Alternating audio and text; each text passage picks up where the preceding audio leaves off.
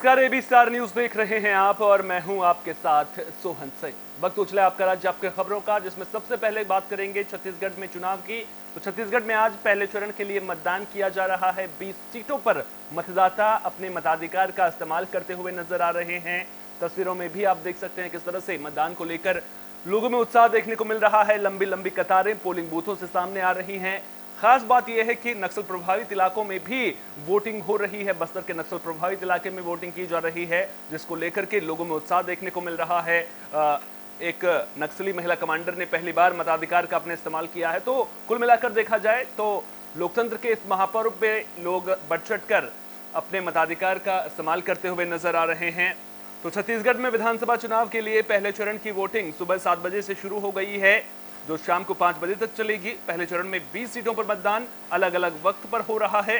10 सीटों पर सुबह 7 बजे से दोपहर 3 बजे तक वोट डाले जाएंगे, तो वहीं बाकी की 10 सीटों पर सुबह 8 बजे से शाम 5 बजे तक मतदान होगा।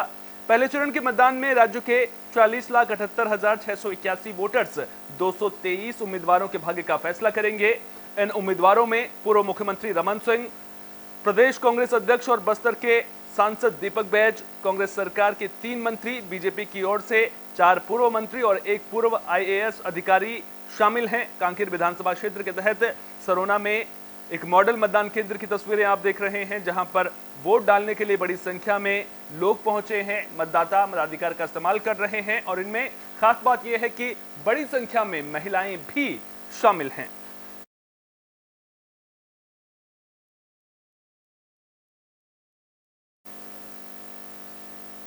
तो छत्तीसगढ़ में 20 सीटों पर आज वोटिंग हो रही है, लेकिन 70 सीटों पर दूसरे चरण में मतदान होना है, जहां पर चुनाव प्रचार अभियान लगातार जोर शोर से चल रहा है। इसी कड़ी में छत्तीसगढ़ जनता कांग्रेस जोगी के प्रमुख अमित जोगी ने अकलतरा विधानसभा के कल्याणपुर गांव में चुनावी सभा की, जहां अमित जोगी क्षेत्र की जनता से ऋचा जोगी को जिताने का आह्वान करते नजर आए। अमित जोगी ने अपने पिता अजीत जोगी के अकलतरा की जनता से लगाव के बारे में बताया। इस दौरान अमित जोगी ने कहा कि जनता पर दबाव डालकर बीजेपी कांग्रेस राज करती है। ऋचा जोगी को अकलतरा क्षेत्र वासियों की दीदी बेटी होने के नाते से वे चुनावी मैदान में उतार रहे हैं। अमित जोगी ने कहा कि इस बार क्षेत्र की जनता ने ठान लिया है कि राजाओं को हराकर अकलतरा की दीदी को चुनाव जिताना है। एक खास परिधान में आप आज अकलतरा क्षेत्र में पहुंचे हुए हैं। ये परिधान तो मैं 3-4 महीने से पहन रहा हूँ। पिछले 2 साल इतनी बार वेलोर गया, कभी माँ के इलाज कराने, कभी बेटा का इलाज कराने। ये एक तरह से आदत ही हो गई वहाँ के परिधान की, और मुझे लगता है कि यही परिधान हमारे छत्तीसगढ़ का भी परिधान है और लोगों को इसमें आत्मीयता महसूस होती है और इसीलिए परिधान है ये पहना है। हालांकि मेरी पत्नी हमेशा मुझे बोलती है कि आप जीन्स टी शर्ट में ज़्यादा अच्छे लगते हो, पर अभी तो यही है। अब जैसा भी हो उनको स्वीकार तो करना ही पड़ेगा। क्षेत्र की जनता कितना स्वीकार कर रही है? बहुत प्यार मिला है। 55 दिन हो गए। मध्य प्रदेश में भी चुनावी सरगर्मी तेज नजर आ रही है। सभी पार्टियों ने जीत के लिए पूरी ताकत झोंक दी है। इस बीच केंद्रीय मंत्री नरेंद्र सिंह तोमर के बेटे देवेंद्र प्रताप सिंह का करोड़ों रुपए के लेन देन का एक वीडियो वायरल हो रहा है, जिसके बाद कांग्रेस ने नरेंद्र तोमर का नामांकन रद्द करने की मांग की है। कांग्रेस के राष्ट्रीय प्रवक्ता चरण सिंह सप्रा ने मामले की जांच CBI और ED से कराने की मांग की। उन्होंने कहा कि काले कानून का पैसा इधर उधर करने का वीडियो वायरल हुआ है, लिहाजा नरेंद्र सिंह तोमर का नामांकन फॉर्म निरस्त होना चाहिए। देखिए, जिस तरह से मध्य प्रदेश के अंदर कल शाम से एक वीडियो वायरल हो रहा है मंत्री पुत्र नरेंद्र सिंह तोमर के बेटे देवेंद्र सिंह तोमर का, जहां पर उन्होंने 100 करोड़ के ट्रांजैक्शन की बात की है। 18 करोड़ रुपया भी अलग से आया है, 21 करोड़ रुपया कौन से अकाउंट में आया है, ये तमाम सारी डिटेल की बात की। तो ये सिद्ध होता है कि किसानों के काले कानून लाने वाले मंत्री नरेंद्र सिंह तोमर के परिवार का काला चिट्ठा वो बाहर आया है। मध्य प्रदेश कुपोषण की राजधानी तो कहा जाता था, लेकिन वो करप्शन की भी राजधानी बन चुकी है। हमारी मांग है कि निर्वाचन आयोग और तमाम सारी एजेंसियां तो एमपी में चुनावी शोर खूब सुनाई दे रहा है। कांग्रेस पार्टी बीजेपी की खामियां गिनाती हुई नजर आ रही है। वहीं बीजेपी के तमाम नेता पार्टी की उपलब्धियां गिनाते हुए नजर आ रहे हैं। शाहजहांपुर में आयोजित विद्यार्थी मतदाता सम्मेलन में महापौर पुष्यमित्र भार्गव ने बीजेपी सरकार की जमकर तारीफ की। साथ ही कांग्रेस पर भी जमकर तंज कसा। उन्होंने कहा कि बीजेपी ने साल 2003 के बाद मध्य प्रदेश में जो विकास किया है वो धरातल पर आज देखने को मिलता है। सड़क, पानी और बिजली जैसी मूलभूत सुविधाएं आज जनता को आसानी से उपलब्ध हो रही हैं।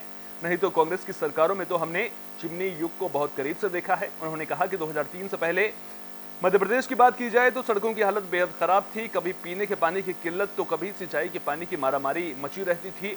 और बिजली का हाल तो ये था कि एक बार चली जाए तो आने का कोई भरोसा नहीं रहता था। ऐसा लगता था कि चिमनी युग चल रहा है। लाइट आती थी कभी कभी। ऐसे प्रत्याशी जिसने मध्य प्रदेश को पीछे ले जाने का काम किया, उनको हराना हम सबकी जिम्मेदारी है। भारतीय जनता पार्टी ने 2003 से लेकर 2023 में मध्य प्रदेश को बीमारू राज्य से निकालकर विकास की पटरी पर दौड़ाया है।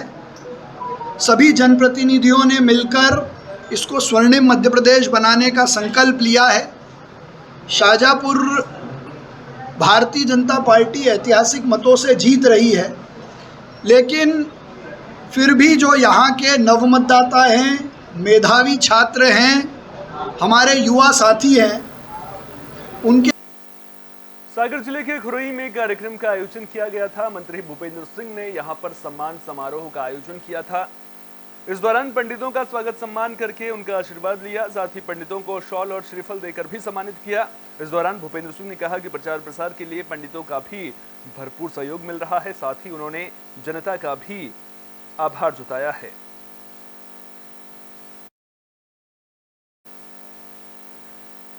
बिहार के गोपालगंज से हैरान करने वाली खबर सामने आ रही है। जमीनी विवाद के चलते 5 लोगों को स्कॉर्पियो से कुचल दिया गया।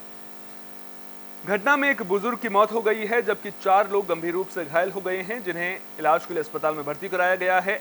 घटना गोपालगंज जिले के श्रीपुर ओपी के मां चतुर्भुज गांव की है। पुलिस ने इस मामले में चालक समेत 2 लोगों को गिरफ्तार कर लिया है। मृतक की पहचान 65 साल के उस्मान मियां के रूप में की गई है। घटना के बाद पुलिस ने शव को कब्जे में लेकर पोस्टमार्टम के लिए सदर अस्पताल भेज दिया है। सुबह में इन लोग आया हजारीबाग से, हजारीबाग रहता है ये, सही है। गाड़ी उधर लगा दिया और गाड़ी लगाने के बाद से घर गया, इधर से गाली देते गया, फिर उधर से आया, गाली देते आया। हम वहीं पे बकरी बांध रहे थे, वहाँ पे हम क्या नाम है कि खड़ा थे, वो पाइप वाइप सब नोचल रहा, कहता है कि तोड़ो, रास्ता खाली करो, ये करो, वो करो, फलान करो, ठेकान करो। हम बोला अभी कुछ नहीं होएगा, हमारे पास पैसा वैसा नहीं है, ये हम तोड़ नहीं सकते हैं, तुम्हारा आगे है, तुम तोड़ कर अपना रास्ता निकालो, ठीक है, नहीं तो हमारा बनवाना चाहता है तो तुम तोड़ कर बनवाओ। हरियाणा में लोकसभा चुनाव को लेकर सभी पार्टियों ने तैयारियां तेज कर दी हैं। इस बीच जेजेपी ने धर्मनगरी कुरुक्षेत्र से चुनावी शंखनाद कर दिया है। शाहबाद मारकंडा में जेजेपी ने कुरुक्षेत्र लोकसभा नवसंकल्प रैली निकाली। इसके बाद झुलसा में रैली का शक्ति परीक्षण किया जाएगा। इस दौरान पार्टी सुप्रीमो अजय चौटाला वृद्धावस्था पेंशन बढ़ाकर 10,000 करने का ऐलान करते हुए नजर आए। वहीं उप मुख्यमंत्री दुष्यंत चौटाला वीरेंद्र सिंह पर तंज कसते नजर आए। सभी में एक से एक बढ़ करके लोग पहुंचे हैं। कुरुक्षेत्र का आपने स्वयं देखा है। इसके बाद नेक्स्ट हमारा सिरसा संसदीय क्षेत्र की दिवाली में रैली होने जा रही है, वो भी इससे बढ़ करके होगी। पेंशन 10,000 रुपए क्या बात किया, 10,000 पेंशन बोले।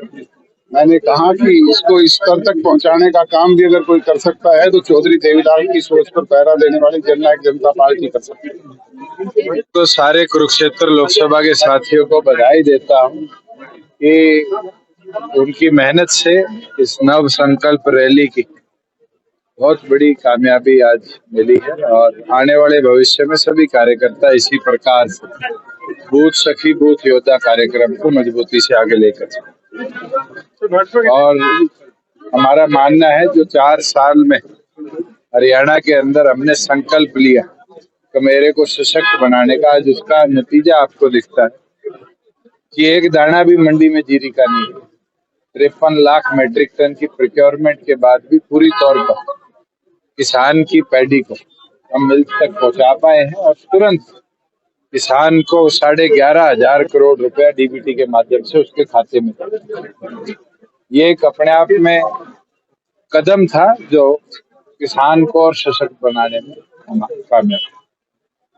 कल चौधरी वीरेंद्र सिंह ने साफ कहा है कि गठबंधन तोड़ देना चाहिए, उसको लेकर क्या? चलिए, मैं तो एक चीज कह सकता हूँ, ये चीज कोई एक दिन से तो नहीं मैं सुन रहा।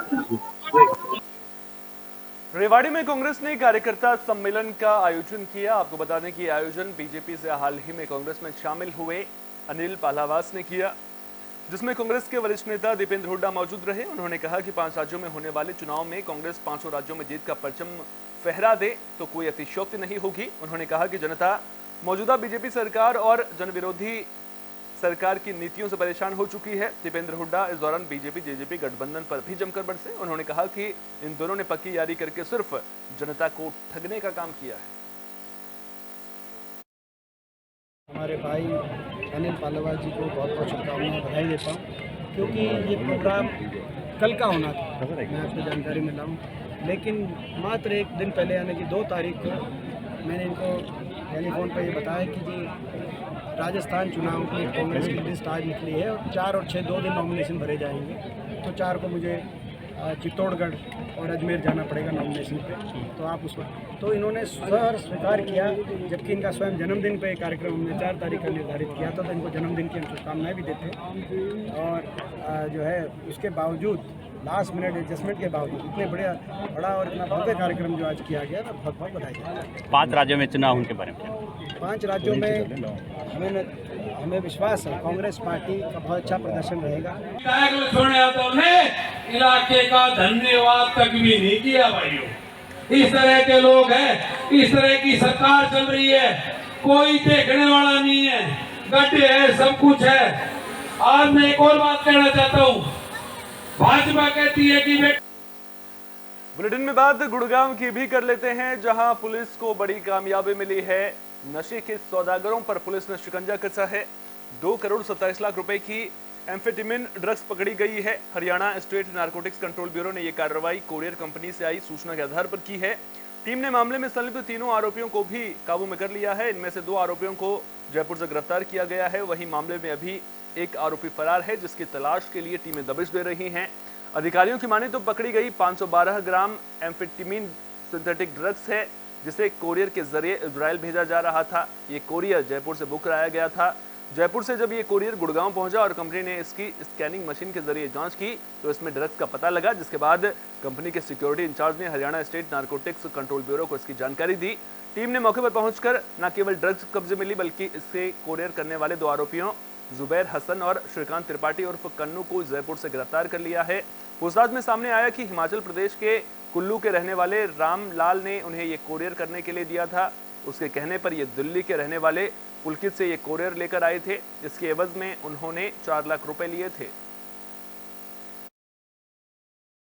जो आज प्रेस कॉन्फ्रेंस पे क्या मुद्दा है, किस चीज को लेकर? ये मुझे Haryana state narcotics control bureau की गुड़गांव यूनिट ने 3 एक्यूज को अरेस्ट किया है, जो कि ड्रग ट्रैफिकर्स है, जिनमें 2 जो एक्यूज हैं जुबैर और श्रीकांत त्रिपाठी ये जयपुर के रहने वाले, और एक एक्यूज रामलाल ये हिमाचल से बिलोंग करता है। ये तीनों एक सिंथेटिक ड्रग है एम्फेटामाइन, इसकी इंटरनेशनल मार्केट में वैल्यू करीब 2.5 करोड़ है। उसको कोरियर के